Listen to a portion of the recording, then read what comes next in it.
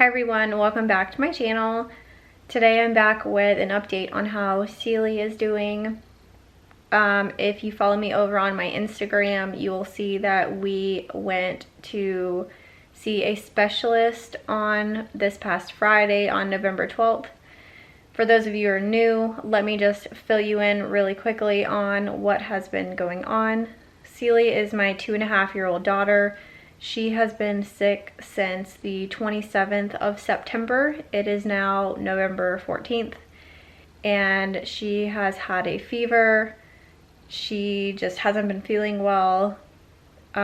She hasn't really been eating or drinking very well.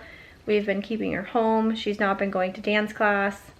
This all started because we went to a birthday party, and it started as what we thought was normal, just kid germs, and here we are almost 7 weeks later, still not doing very well.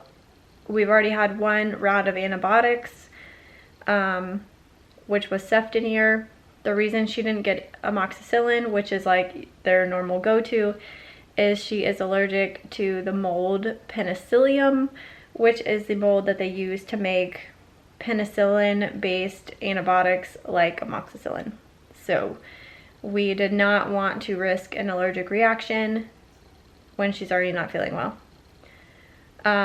So after 2 rounds of blood work, a round of antibiotics, and still not really sure what's going on, our pediatrician sent us to an infectious disease specialist, which I am very fortunate with the hospital that I work for, that our infectious disease specialist is absolutely incredible. So we went this past Friday on November 12th, and this doctor spent literally 45 minutes with us going through her history. I could not sleep the night before, and we had to be up very early to leave to go because the main hospital is a solid hour away from us without traffic, and with there being traffic, it's a good hour and a half. So I didn't go to bed until after 1 o'clock in the morning, and I had to be up at 5:45, and I woke up 5 minutes before my alarm went off in a panic. So I got amazing sleep, as you could probably imagine. But anyways, I wrote down a really detailed history so that I would not leave anything out, and made sure I brought like a record of all of her temperatures, because we have been tracking it very detailed and very closely with both the forehead thermometer and the rectal thermometer. Super fun to do on a 2.5-year-old, by the way. We've pretty much got it down to a science, and she is pretty okay with it at this point, so that is the only positive about this whole thing. Anyways, after going through her whole history with him, my history, her dad's history, he came to the conclusion that it is likely that she still has a sinus infection, and that the first antibiotic that he like her pediatrician gave us was not the best antibiotic, but she's allergic to what would have been the better antibiotic to give her, and or we're scared that she would be allergic to it. And we really don't want to like test out that assumption and have a situation go from bad to worse if we really didn't have to, which is why we went with ceftonir to begin with. So basically, when toddlers have a sinus infection, because they are so small, the drainage points are so small also, that any amount of inflammation will 100% block those drainage points. So with toddlers, they can have a sinus infection and have literally no snot or anything, which I was unaware of, because every time I had a sinus infection as a kid, I always had like green snot, right? And even like as an adult now, if I have a sinus infection, like I know I have like green snot and it's disgusting.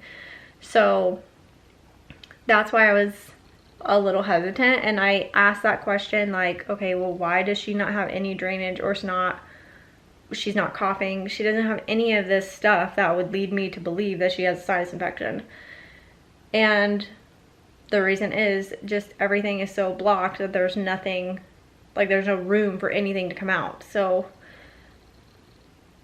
anyways, he prescribed a different antibiotic, a really strong antibiotic, and we were told that we may get some misinformation from the pharmacist because there's a lot of misinformation about the particular antibiotic we were given, which is called levofloxacin. I think I said that correctly. I'll put the actual word on the screen.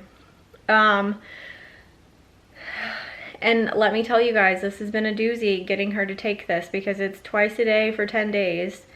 And we literally have tried everything. We've tried to do it with apple juice. We've tried it with applesauce. I tried to give it to her with straight up maple syrup. We didn't do grape juice only because of her yeast allergy. We literally cannot give her grape juice. Getting her to take it over the last couple of days has been such a battle that I finally called the pharmacy back today and was like, can we get flavor added to this? Like, I know she's already had 5 doses out of the bottle, but we have literally tried everything, and today is Sunday, and this morning it took literally an hour and a half to get her to take the medication in applesauce with lots of tears. I almost cried. Lots of fighting.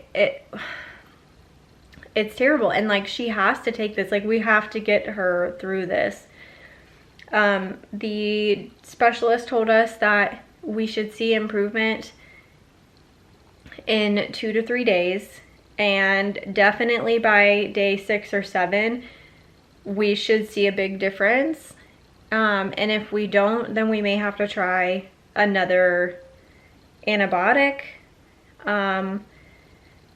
And if we try one more antibiotic and that doesn't work, then we may have to look at more like rare causes of prolonged fever. We are hoping that this is the ticket and that we don't have to do anything more drastic than what we're already doing. Today is day 3 of antibiotics, and at lunchtime her temperature was 100.7. And that is after basically 2 full days and part of a day of antibiotics. But the first 2 days of antibiotics, I don't know that she got like the full dosages because it was really hard to get her to take it. She spit some out, so it's really a toss-up. I'm hoping now that we have flavor added that it's going to help us, because when I go to work tomorrow, I do not have an hour and a half in the morning to fight with her. I just don't have that kind of time during the work week. And I really, like, it is not fun. So we're keeping our fingers crossed that tonight's round of antibiotics goes much better and that we start seeing an improvement, because we can't keep doing this. We just can't. It's not fun for anybody.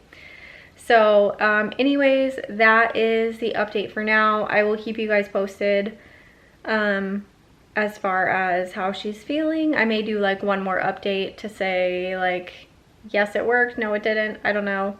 I might just post them on Instagram, so make sure you're following me over there. But that's gonna be it for this update. I'm hoping that we will know like whether or not we don't need more antibiotics or not by the time that you see this video go up, but that remains to be seen. So anyways, I will see you guys in the next video. Bye.